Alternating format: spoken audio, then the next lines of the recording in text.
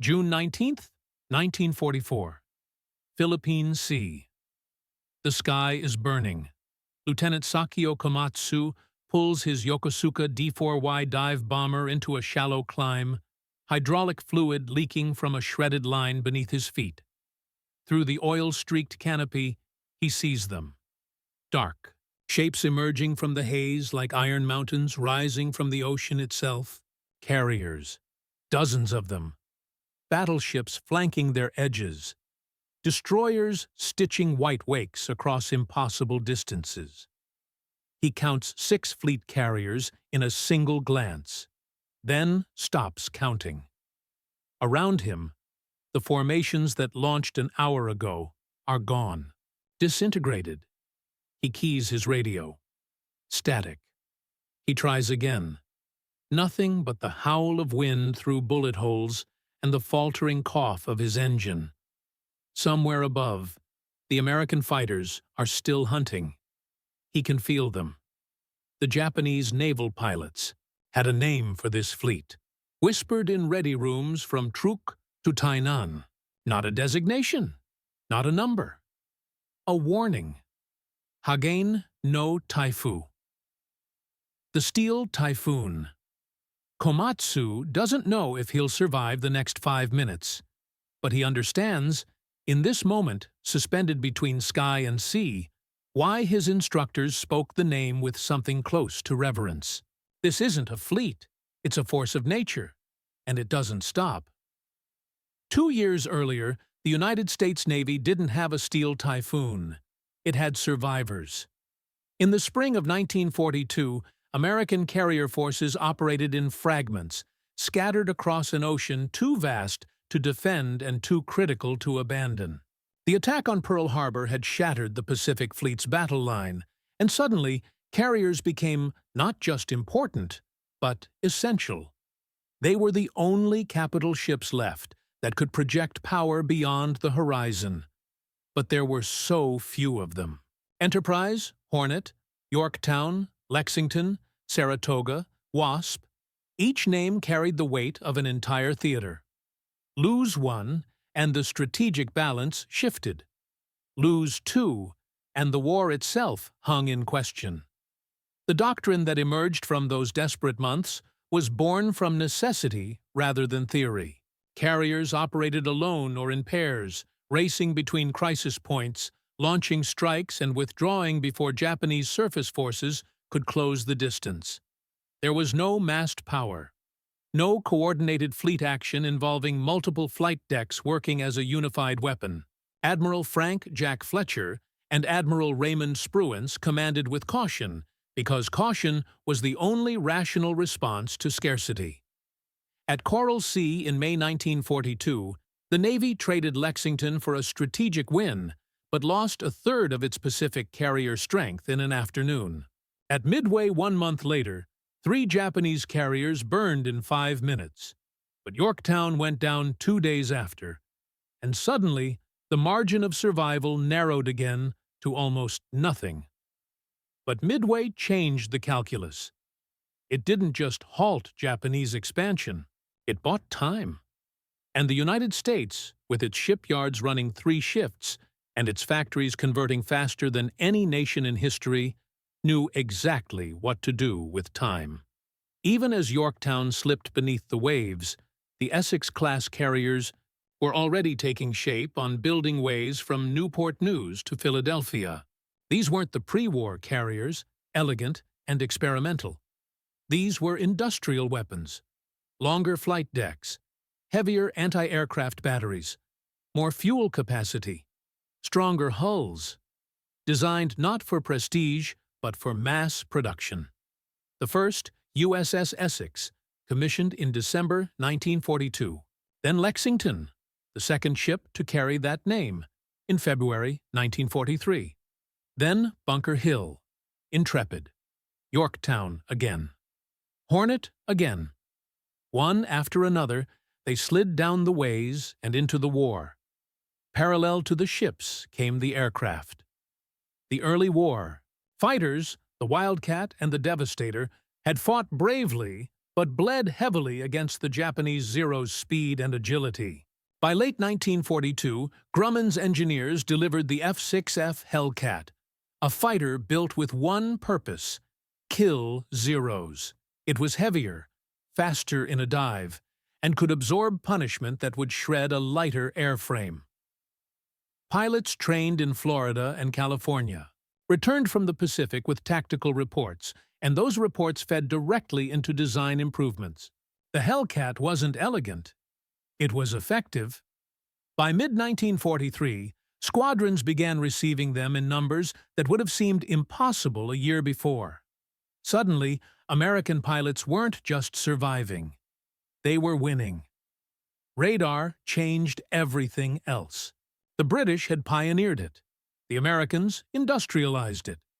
By 1943, every new carrier and escort cruiser mounted air search and surface search radar capable of detecting incoming aircraft at ranges exceeding 50 miles.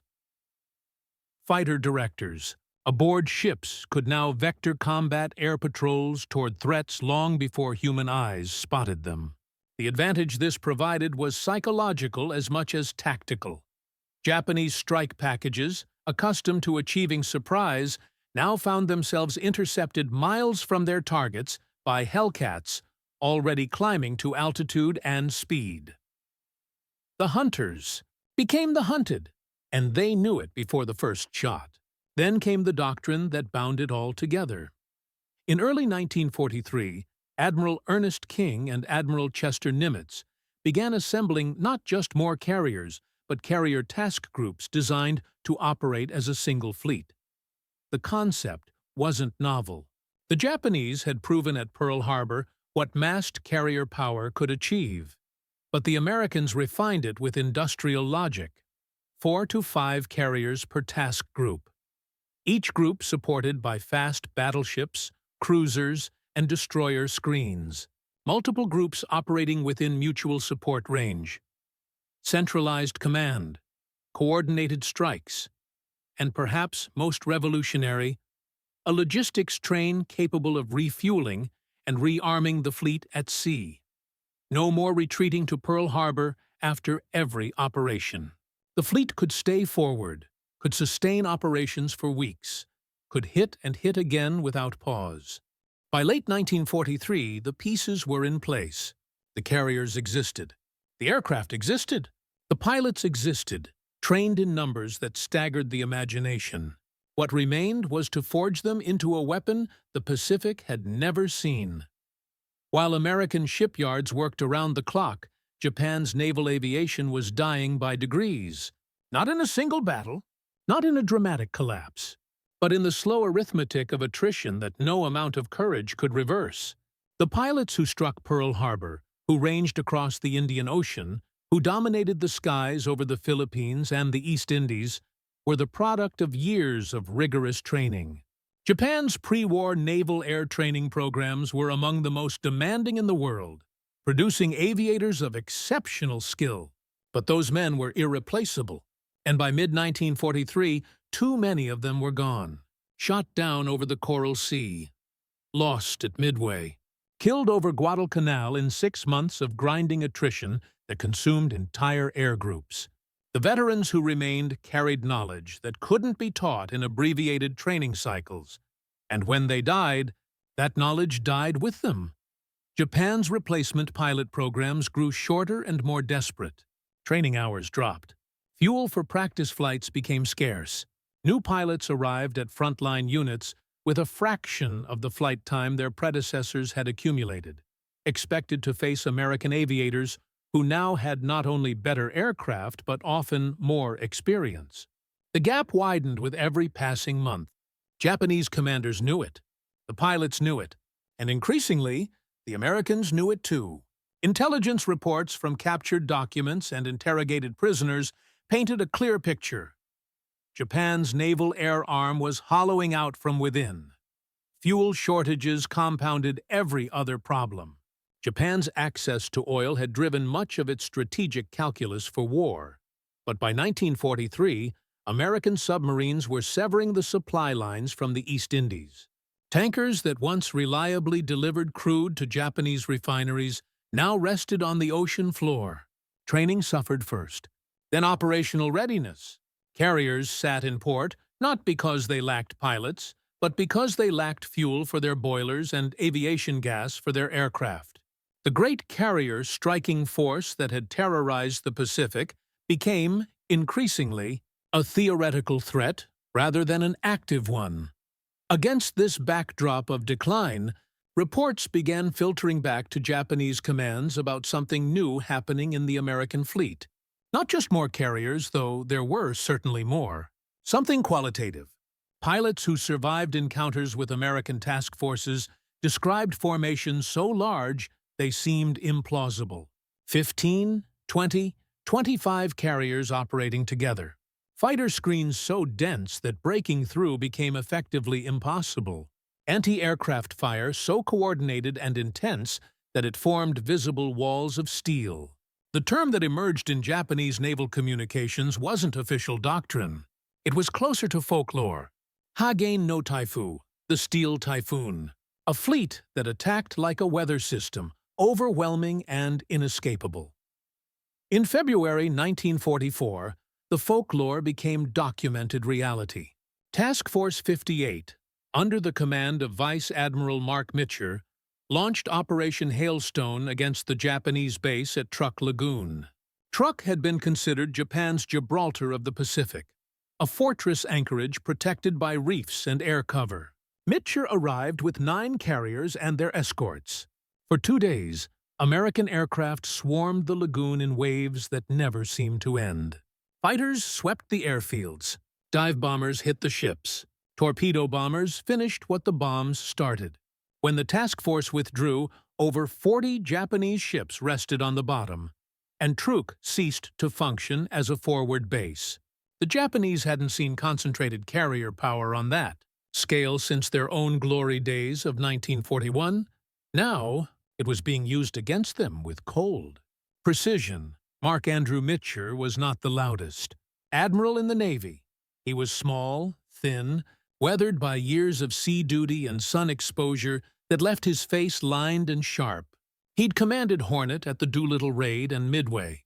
He understood carriers not as abstractions, but as living weapons crewed by men who needed rest, confidence, and clear orders. When he took command of Task Force 58 in early 1944, he inherited the most powerful naval striking force ever assembled. 15 fleet and light carriers, 7 fast battleships, 21 cruisers, 69 destroyers, more than 900 aircraft. It was a fleet designed for one purpose: offensive operations without pause. Mitscher's staff called it the Fast Carrier Task Force. His pilots called it something simpler: the Big Blue Fleet. And among the Japanese, that other name, quieter and more ominous, continued to spread. By May 1944, Task Force 58 had struck targets from the Marianas to the Carolines to New Guinea. It refueled at sea. It rearmed at forward anchorages. It rarely stayed in one place longer than a few days. The pace of operations was relentless, designed not just to destroy Japanese forces, but to deny them any opportunity to recover or regroup. And the Japanese, watching from bases that seemed to shrink with every passing week, knew something fundamental had shifted. The Americans were no longer reacting. They were dictating, and the Steel Typhoon was coming north. Aboard the carriers, life settled into rhythms measured by flight operations and the clang of the watch bell. The men who crewed these ships came from every corner of America. Farm boys from Iowa, who'd never seen the ocean before boot camp. Factory workers from Detroit, who understood machinery in their bones. College students from California, who'd enlisted the day after Pearl Harbor. They learned their jobs on shakedown cruises and refined them under fire. On the flight decks, plane handlers maneuvered aircraft with practiced efficiency, guiding Hellcats and Avengers into position with hand signals because spoken words vanished in the roar of engines. Below decks, ordnancemen loaded bombs and belted ammunition in magazines lit by red lamps, working with a care born from knowing that one mistake could vaporize the ship. Mitscher himself was a constant presence, often found on the flag bridge in khakis and a baseball cap, binoculars in hand, watching launches and recoveries with the attention of a man who'd lost pilots and never stopped counting the cost. The task force operated as a coordinated organism. When a strike launched, it wasn't a single carrier emptying its deck. It was 4 or 5 carriers launching simultaneously, their aircraft forming up in massive formations that could number 200 planes or more. Fighters climbed to high cover. Dive bombers settled into cruise formation. Torpedo bombers, slower and more vulnerable, tucked into the protected center. The fighter escort alone often outnumbered entire Japanese strike packages. Hellcats flew in sections, divisions, and coordinated sweeps designed to destroy enemy aircraft before they could threaten the bombers. The doctrine was straightforward: achieve air superiority through overwhelming force, then exploit it without mercy. The execution required precision, communication, and a level of trust between pilots that only came from flying together repeatedly. By mid-1944, many of Task Force 58's squadrons had been operating together for months. They knew each other's voices on the radio. They knew who stayed cool under fire and who needed a wingman close. That cohesion became a weapon as valuable as the aircraft themselves. Technology provided edges that compounded with every engagement. The Hellcat's performance envelope allowed American pilots to dictate the terms of combat. If a Zero tried to turn fight, the Hellcat could disengage, climb, and dive back with speed advantage. If a Zero tried to run, the Hellcat was faster in level flight. And if a Zero damaged a Hellcat, the American fighter's rugged construction often allowed the pilot to nurse it home. Japanese pilots, accustomed to aircraft designed for agility over durability, found themselves in machines that couldn't absorb punishment. A burst that merely damaged a Hellcat could cripple a Zero. The kill ratios reflected this disparity brutally. By 1944, experienced Hellcat pilots were achieving 5-to-1, 10-to-1, sometimes higher ratios in major engagements. It wasn't just skill. It was the marriage of skill with superior tools. Radar fundamentally changed defensive operations. Before radar, combat air patrols flew patterns based on educated guesses about where threats might appear. With radar, fighter directors could track incoming raids from the moment they appeared over the horizon. Vectors became precise. Intercepts happened at optimal altitudes. Japanese strike leaders, accustomed to arriving over targets with some element of surprise, instead found themselves intercepted 30 or 40 miles out by Hellcats already positioned with altitude and speed advantage. The psychological impact devastated morale. Rookie Japanese pilots, already undertrained and overwhelmed, often broke formation at the first sight of American fighters. Veterans tried to press attacks and died in disproportionate numbers because they were the ones willing to fly into the maelstrom.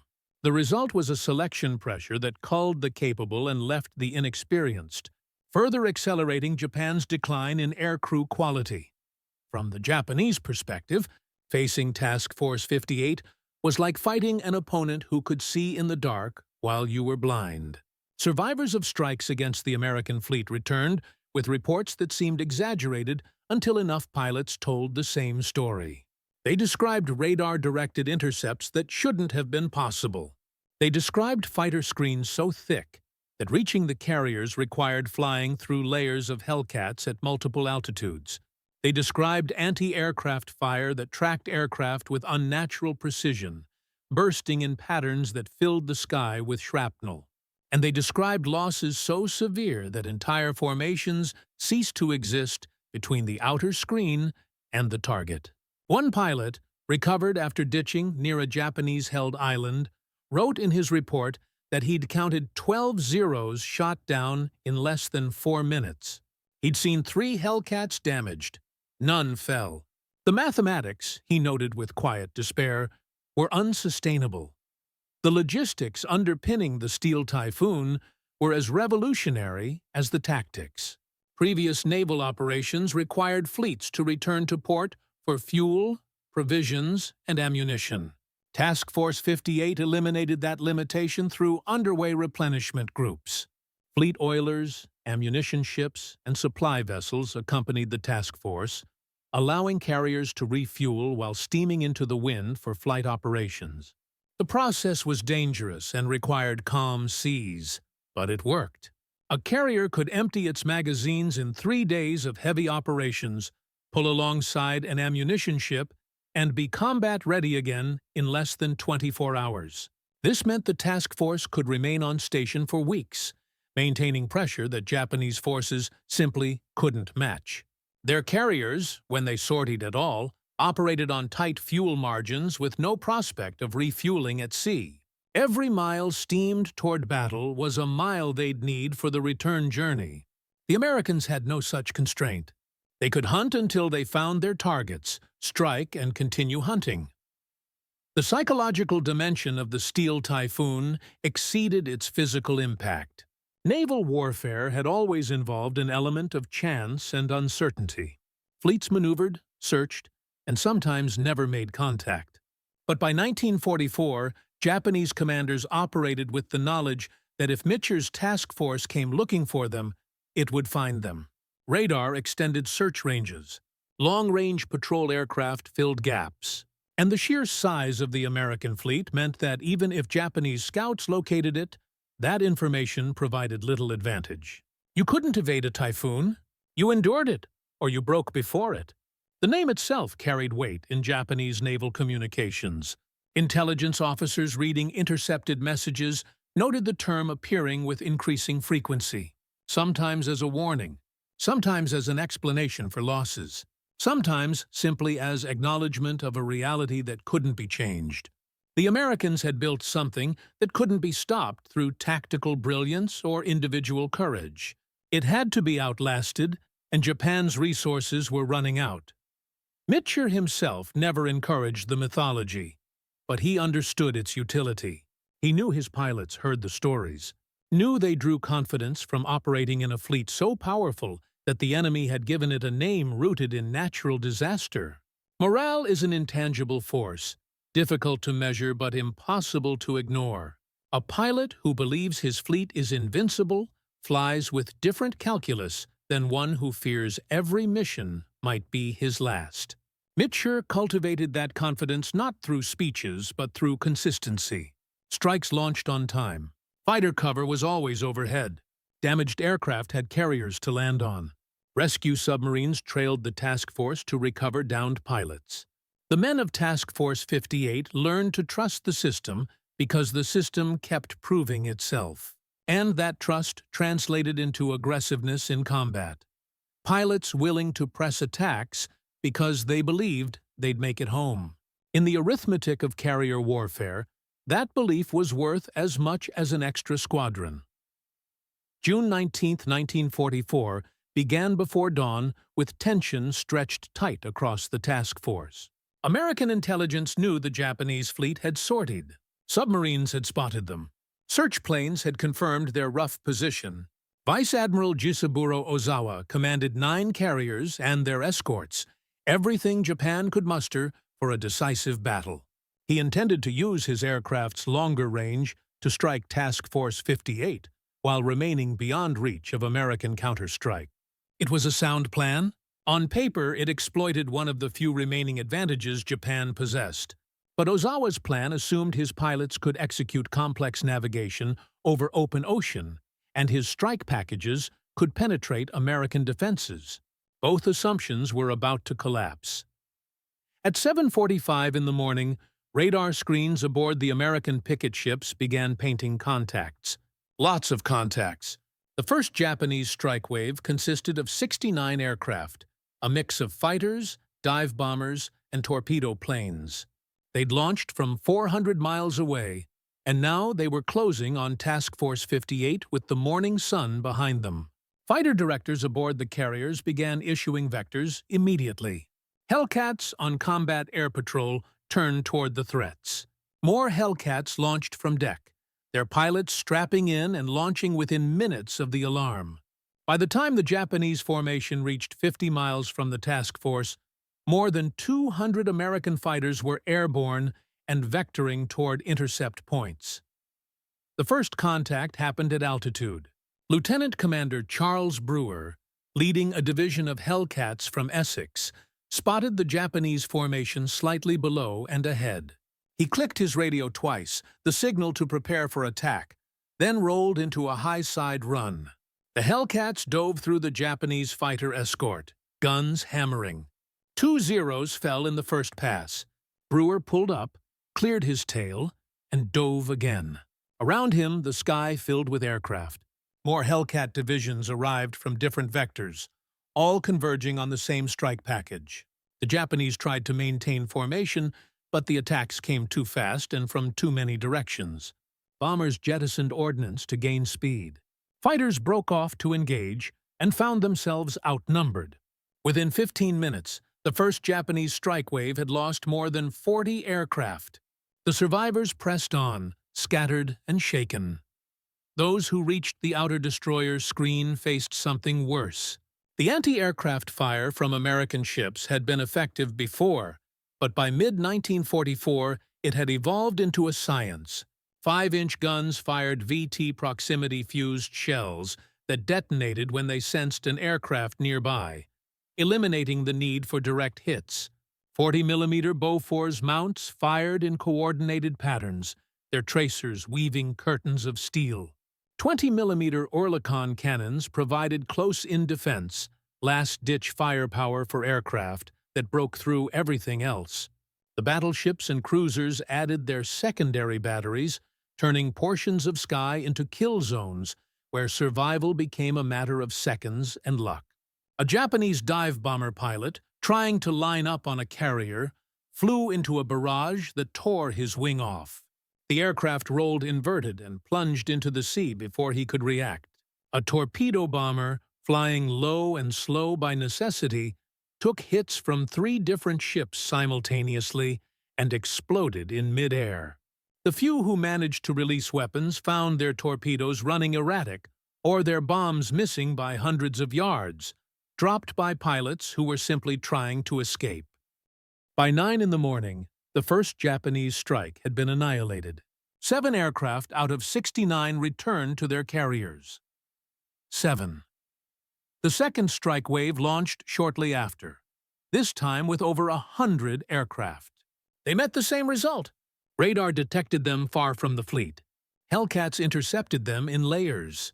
The formations disintegrated under repeated attacks, bombers falling like leaves, fighters burning as they tried to cover the withdrawal that wasn't happening.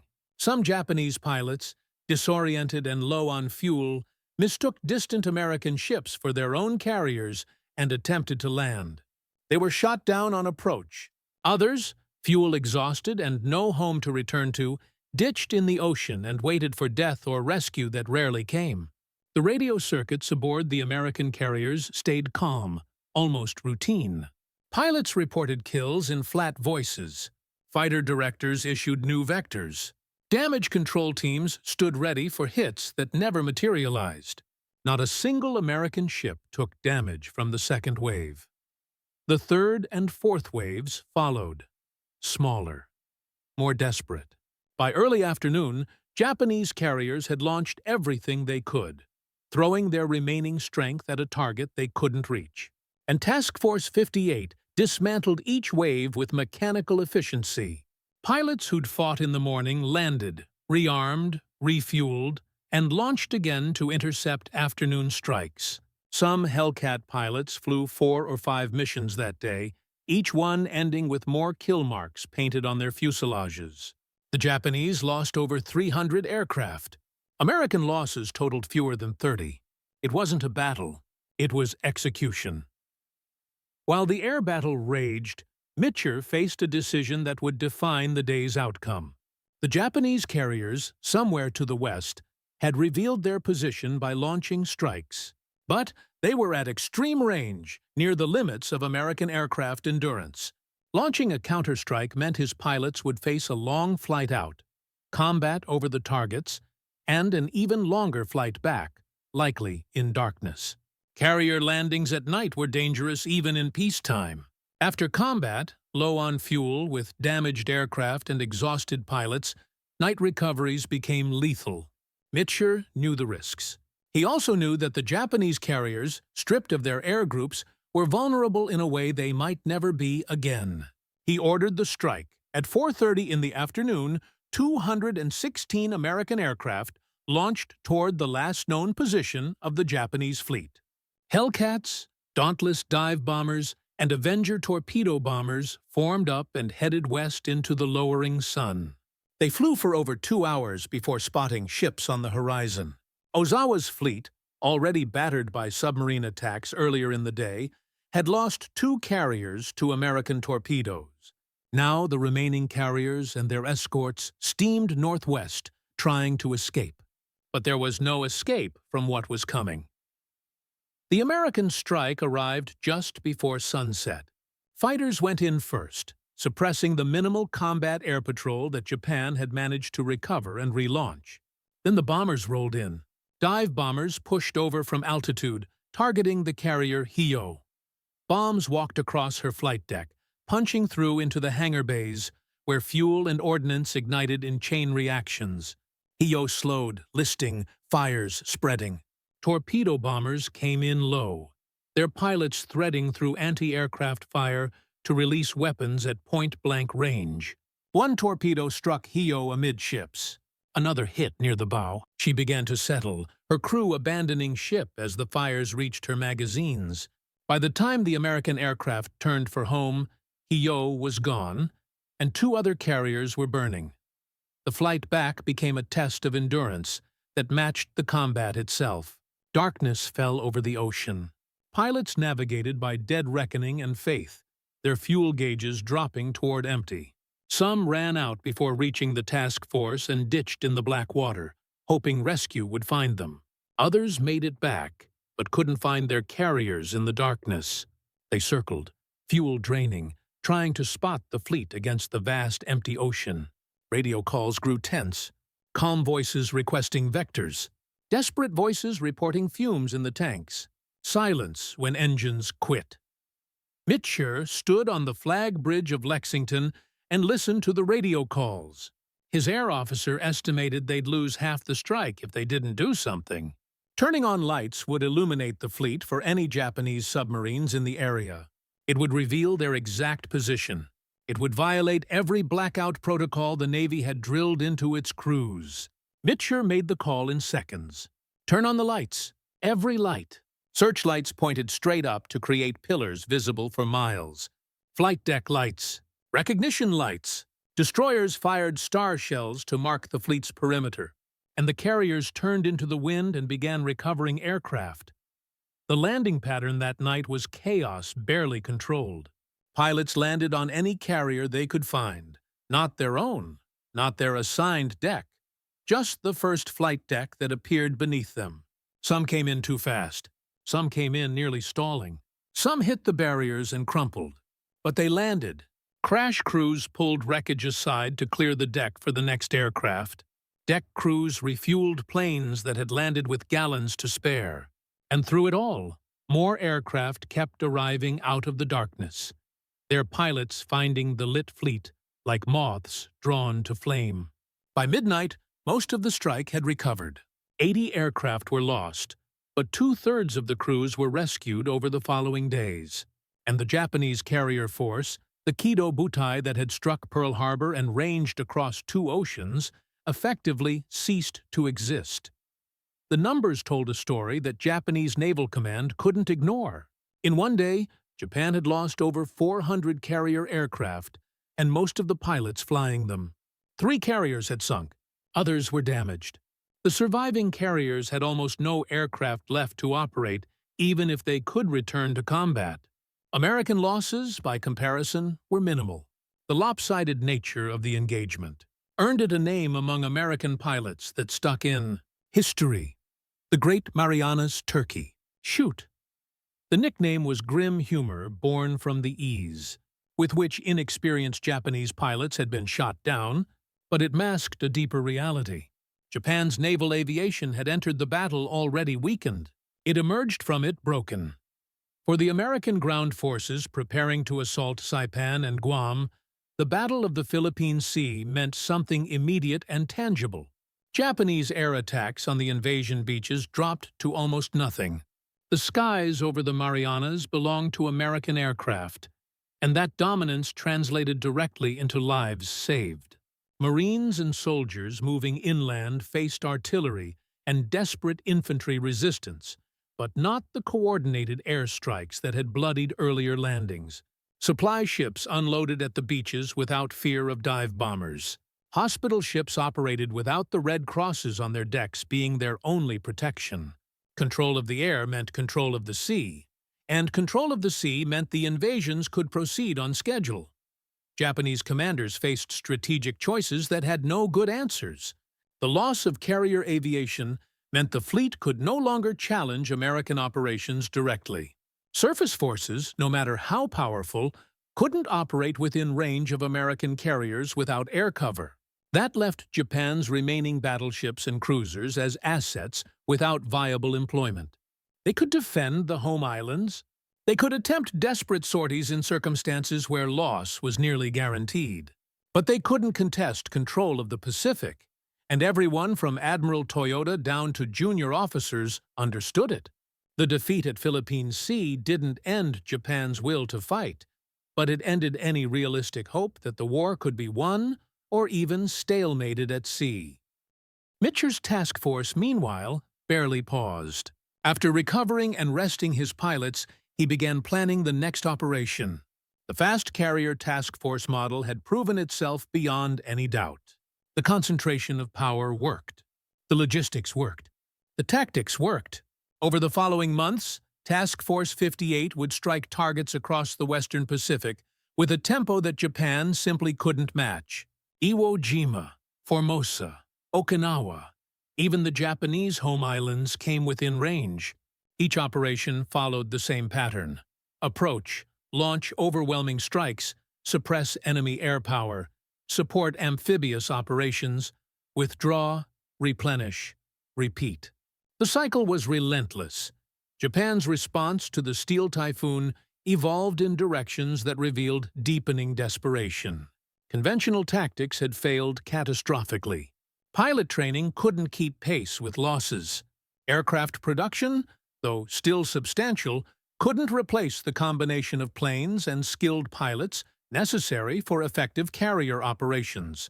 In the months following the Philippine Sea, Japanese command began formalizing what had already appeared sporadically in earlier battles: deliberate suicide attacks. The kamikazes emerged not from fanaticism alone, but from cold calculation. A pilot with minimal training couldn't reliably hit a ship with bombs, but he could aim his entire aircraft at a target. The tactic was brutal, final, and within Japan's diminishing capabilities. The kamikazes found their targets. At Leyte Gulf in October 1944, at Iwo Jima in early 1945, and especially at Okinawa from April through June 1945, suicide aircraft struck American ships with impacts that conventional attacks rarely achieved. Carriers burned, destroyers sank. The kamikazes proved that even the Steel Typhoon could be hurt, but they couldn't stop it. For every ship damaged, more arrived to replace it. For every kamikaze that struck home, a dozen were shot down by the same defenses that had shredded conventional strikes. The task force adapted. Combat air patrols grew larger. Radar picket destroyers pushed farther from the fleet to provide early warning. Fighter directors refined intercept procedures. The kamikazes inflicted pain, but Task Force 58 continued operating. Among Japanese survivors and historians, the legend of the Steel Typhoon persisted long after the war ended. It became a reference point for understanding why Japan lost the naval war. Not because Japanese sailors lacked courage, not because their ships were fundamentally inferior, but because America had built a system, industrial, tactical, and logistical, that Japan couldn't counter. The task force represented everything Japan's strategy had tried to avoid: a prolonged industrial war where numbers and production capacity determined outcomes. The name itself, Hagane no Taifu, captured that understanding. Typhoons can't be fought. They can only be endured. And Japan, by 1944, had nothing left with which to endure. American carrier doctrine emerging from the war bore Task Force 58's stamp permanently. The post-war Navy retained the fast carrier task force model, refining it through the Cold War and into the present. Modern carrier strike groups trace their lineage directly to Mitscher's command structure. The integration of air defense, offensive strike capability, logistics support, and multi-carrier coordination remains fundamental to American naval power. The specifics changed. Jets replaced propeller aircraft, missiles replaced guns, nuclear power replaced oil. But the core concept endured. Concentrate overwhelming force. Maintain it forward. Sustain operations indefinitely. The Steel Typhoon became doctrine. By August 1945, Task Force 38, the redesignated successor to Task Force 58, was operating in Japanese home waters with impunity. Strikes hit targets within sight of Mount Fuji. The fleet that Japan had once hoped to attrite in a decisive battle now sat off the coast, untouchable and relentless. When the atomic bombs fell and Japan surrendered, American carriers were already preparing for the next day's strikes. The war ended not because the task force stopped, but because there was nothing left to strike. The Typhoon had passed over everything. There's a quiet irony in the name the Japanese gave to Task Force 58. Typhoons are natural forces, indifferent and unstoppable. But the Steel Typhoon was neither natural nor indifferent. It was built by human hands in shipyards that ran through nights and weekends. It was crewed by young men who left farms and cities to serve in a war they didn't start. It was commanded by officers who understood that every strike they ordered meant some pilots wouldn't return.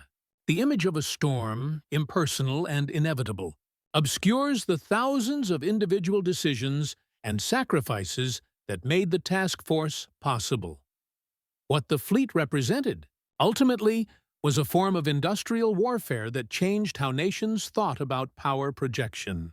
Before Task Force 58, carriers were valuable but limited assets, deployed cautiously and risked sparingly. After the Philippine Sea and the campaigns that followed, carriers became the centerpiece of naval strategy, not despite their vulnerability, but because their offensive potential outweighed the risks when massed and supported properly. That shift didn't happen through theoretical study. It happened because Mitscher and his air crews proved it in combat against an enemy that had pioneered carrier warfare. The human cost behind the legend is worth remembering. American pilots who flew from those carriers faced death regularly. Some were shot down and never found. Some ditched at sea and spent days in life rafts before rescue. Some made it home with wounds that ended their flying careers.